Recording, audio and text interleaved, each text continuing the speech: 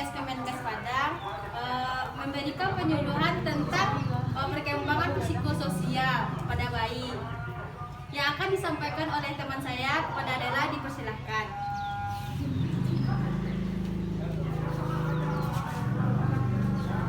Baiklah, Assalamualaikum warahmatullahi wabarakatuh, Bapak-bapak dan Ibu-ibu.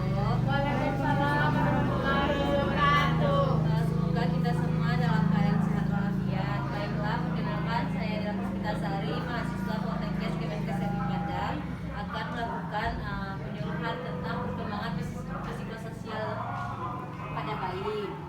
Baiklah, kita mulai ya Pak, Bu. Perkembangan psikososial infan atau bayi merupakan proses perkembangan yang ditandai dengan penumpukan rasa percaya pada orang lain dan diawali dengan kepercayaan terhadap orang tua, khususnya ibu. Berikut adalah perkembangan bayi normal, berkembangnya rasa percaya. Yang pertama, tidak langsung menangis saat bertemu orang asing.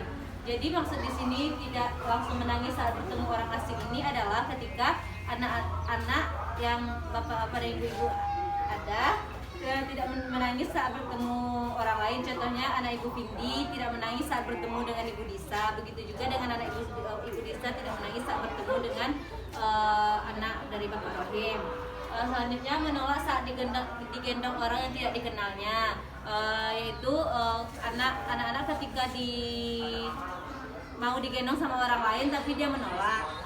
Dan yang ketiga, menangis saat merasa tidak nyaman, yaitu basah, lapar, haus, sakit, dan panas. Jadi kita harus memperhatikan rasa tidak nyaman anak kita. Selanjutnya, bereaksi senang ketika ibunya datang menghampiri. Selanjutnya, menangis ketika ditinggalkan oleh ibunya. Apakah anak dari bapak-bapak dan ibu-ibu menangis saat ditinggalkan? Ya. Selanjutnya, memperhatikan atau memandang wajah ibu dan orang tua yang mengajaknya bicara, mencari suara ibu atau orang lain yang memanggil namanya. Stimulasi bayi normal yaitu panggil bayi sesuai namanya. Selanjutnya, gendong dan memeluk bayi saat menangis. Jadi saat bayi menangis atau merengek-rengek, ibu-ibu dan bapak-bapak bisa menggendongnya secara langsung.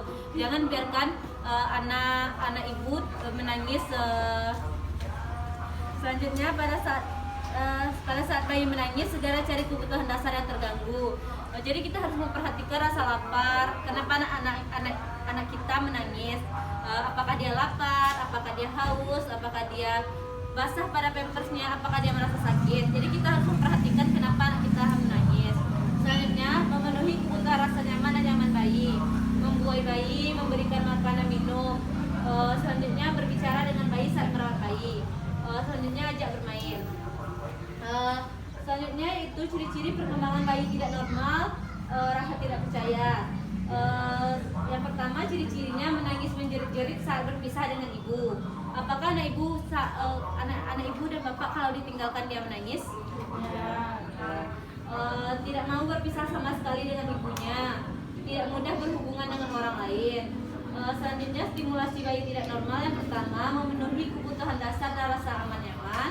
Yang kedua, fokuskan perhatian pada bayi jika sedang menyusui. Jadi kita kalau sedang menyusui bayi, kita harus fokus kepada anak, jangan sambil tidur atau sambil bermain HP.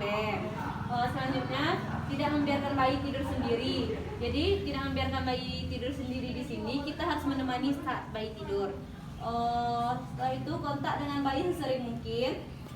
Tidak membiarkan bayi bermain sendiri, tidak memainkan bayi dengan cara mengganti antara puting dengan empeng. Usahakan untuk menyusui bayi, tapi jangan diberikan bayi empeng biar lebih praktis, karena kebanyakan ibu-ibu banyak seperti itu kan, Bu.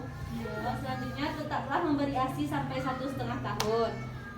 Setelah itu, tidak mengganti-ganti pengasuh bayi terlalu sering. Mengganti-ganti pengasuh bayi terlalu sering itu seperti minggu pertama ibu Disa, minggu kedua diganti lagi sama ibu Cindi, selanjutnya lagi diganti sama ibu Nana. Jadi itu akan menimbulkan rasa tidak percaya pada bayi. Baiklah Bu, itu yang bisa saya sampaikan. Selanjutnya saya balikan kepada moderator.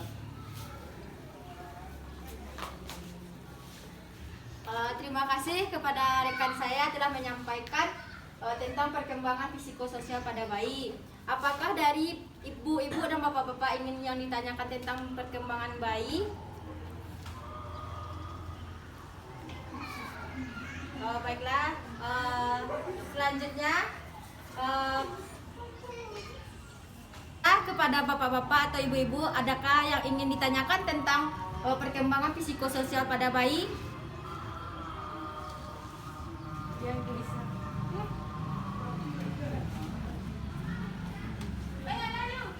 Saya ingin bertanya, Bu. Baiklah, kepada Ibu Nadia, apa yang ingin Ibu tanyakan tentang perkembangan psikososial pada bayi? Begini Bu, jika misalnya terjadi bayi menjerit-jerit saat menangis, itu kan timbul rasa tidak percaya pada bayi ya Bu. Bagaimana cara kita mengatasinya Bu agar bayi kita tidak menjerit-jerit saat berpisah dengan kita Bu? Baiklah, pertanyaan Ibu Nadia akan dijawab oleh Dela ya. Kepada Dela dipersilahkan. Baiklah, pertanyaan dari Ibu Nadia tadi adalah bagaimana cara mengatasi bayi menjerit-jerit saat kita tinggal.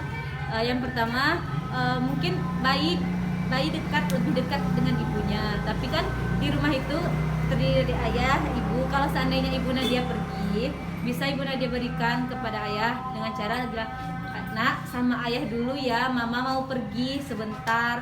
Gitu aja, nanti kasih sama ayahnya, pasti dia akan mau. Terima kasih kepada Dela. Apakah Ibu Nadia paham dengan jawaban yang diberikan oleh rekan saya? Baik, saya paham dengan penjelasan dari Ibu Dela. Baiklah, ada lagi yang ingin ditanyakan kepada tim saya tentang perkembangan psikososial pada bayi? Sepertinya tidak ada. Baiklah, sekian dari penampilan kelompok kami. Kalau ada kata yang salah, kami minta maaf. Assalamualaikum warahmatullahi wabarakatuh. Waalaikumsalam warahmatullahi wabarakatuh. Baik, bila foto.